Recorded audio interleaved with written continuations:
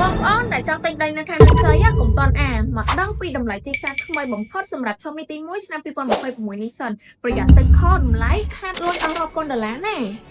ដោយយោងតាមទិន្នន័យចុងក្រោយនេះយើងក៏សម្គាល់ឃើញថាតម្លៃដីនៅក្នុងខេត្តមានជ័យឥឡូវនេះកំពុងមានសន្ទុះគួរឲ្យចាប់អារម្មណ៍ខ្លាំងណាស់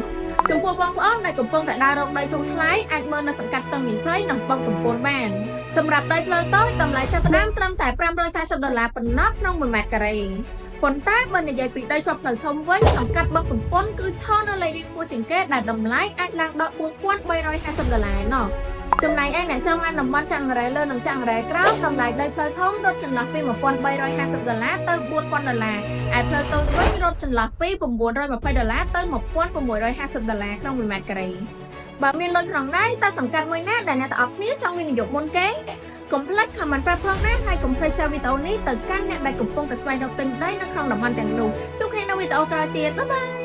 ចង់ទិញលក់ជួលអចលនទ្រព្យមែនទេសូមតាក់ទងមកកាន់ Harbour Property